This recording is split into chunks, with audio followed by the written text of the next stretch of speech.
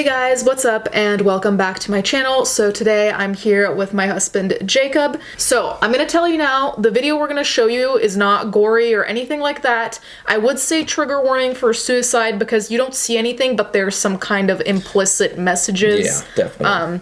So just be prepared for that, but there's nothing of gory, no blood, nothing of the sort, and it's actually very fascinating. Yeah, it's really interesting actually. So we're gonna show you this video. We're gonna pause here and there when something catches our attention, and then we'll tell you our idea and the theories that have gone around the internet.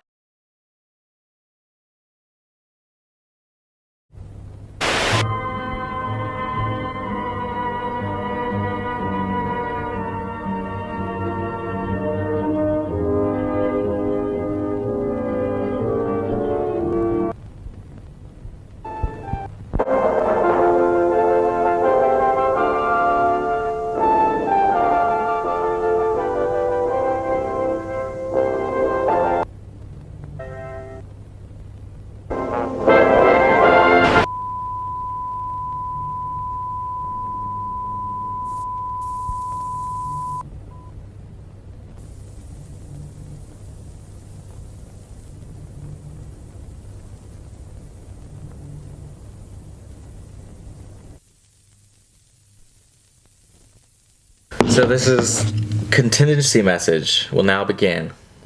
Please comply with the following instructions. God bless America.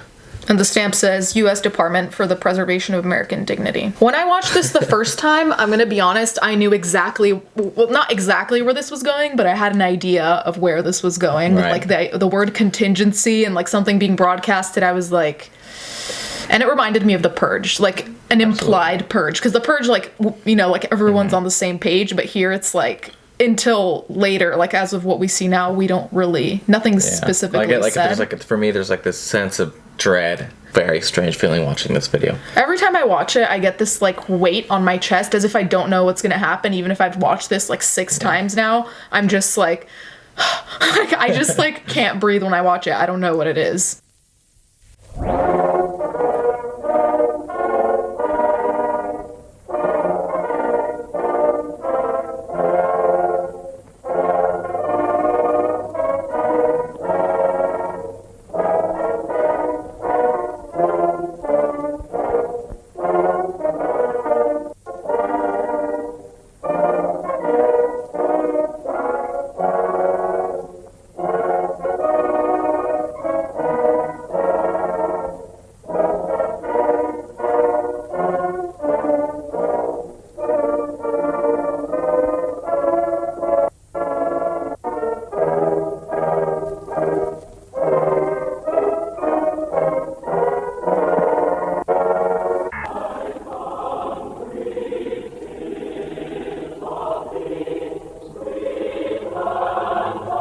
It's calling us to act, and it has act in all caps, so, and it's saying kill yourself, like a mass suicide of the United States, which is really creepy. And I think it's something I can see the government wanting us to do, you know? I mean, I don't know if I'd necessarily say that I could see the government wanting us to do this as much as like people can hack things quite easily at this point. So it's like whether the government would want us to do it or not, it's that we can be tricked into thinking that is what the government wants us to do, which scares me. Because if it's the government that wants us to do it and we're all on the same page and we're like, okay, this is what they want, we can all, you know, say no, move, whatever. But if it's not clear who's saying it, that becomes a little scarier because it's like, is it the enemy? Are they saying kill yourself because otherwise they're going to bomb us, you know? So you're not sure who really is sending that. Yeah, let me just...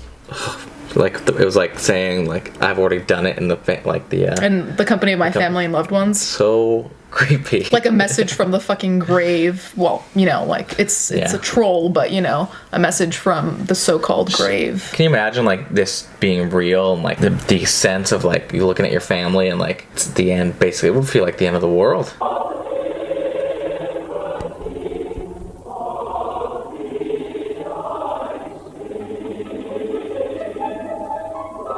Use the method most available to you at this time. Okay, that's just ridiculous.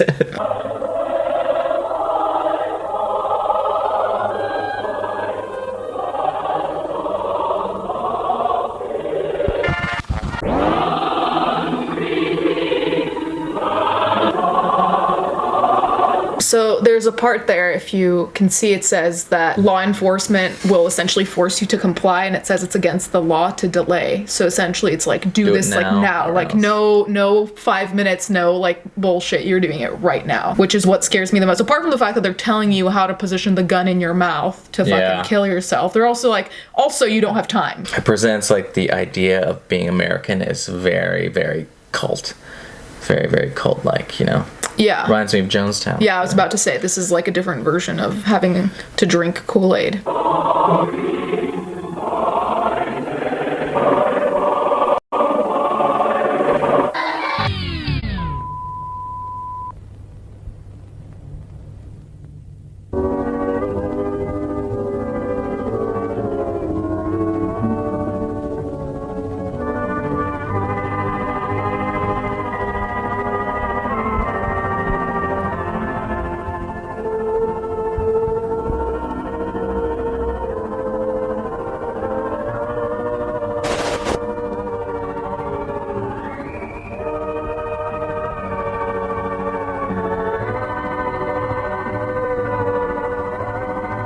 Ending always fucks me up. Like, as much as I'm happy that like it's obviously not real in the narrative, it's also like how many people probably already killed themselves anyway, right? Which is obviously the point, to make you feel that kind of like like nausea in your gut where you're just like, oh my god. Yeah, I still feel lingering discomfort from watching that. Okay, so what are your overall feelings now that you've seen all of it? Extreme discomfort, unsettled, and it brought, I don't know, instilled kind of like a apocalyptic sense of dread in me that I cannot shake, you know? So the story of this is that my friend Jonathan showed me this while we were trying to eat lunch. And after watching this, I was just like, what the fuck? And I watch a lot of bloody, explicit things, so I wasn't really expecting to be kind of taken aback by something that's fairly tame, you know, and like what it's showing you. It's nothing crazy, but I just feel like it kind of taps into a lot of people's worst fears, which is what makes it so hard to shake, because it's not just seeing a scary image that you don't relate to, like maybe seeing a murder on television, compared to something deeply psychological where you're like, I can't just turn this off, like it's in my head already, so this is like calling back something that's already there. It's obviously created by someone as like work fiction, although I think it presents ideas of what the government would do if we were taken over, you know, by someone else, or if we lost a big war. It scares me that there might be agencies out there with these sort of contingency plans of, if this happens, we're doing this, people aren't going to know, they're not going to have any choice, this is what we're doing. And I think that's scary and plausible, which is very, very strange to me. I think I can go into huge rabbit holes on government control and conspiracy theories. I didn't think of that necessarily. I think that this person is obviously calling into question the way that America acts around politics. But the thing that I thought about was just how policies these days seem to be 0 to 100, where it seems like all actions taken politically are either essentially nothing, just ignoring the problem, or something enormous that just wipes out the humanity, so wipes out the problem. You know what I mean? Right. Either you don't care or you kill yourself, essentially. Like, it's showing these like poles of extremism rather than, you know, a healthy medium, a moderation, some kind of compromise. That's also why it makes me think of The Purge, because The Purge's solution to like crime was, you know, to let people do those crimes one day a year, and then that solved things. So that's another place where you can see extremism put in as a solution, where there would be plenty of other actually level-headed solutions that are just not chosen. We found a theory on Reddit. I'm not going to read all of it because it's quite long, but I will link it down below. So this person says, I believe that the series centers around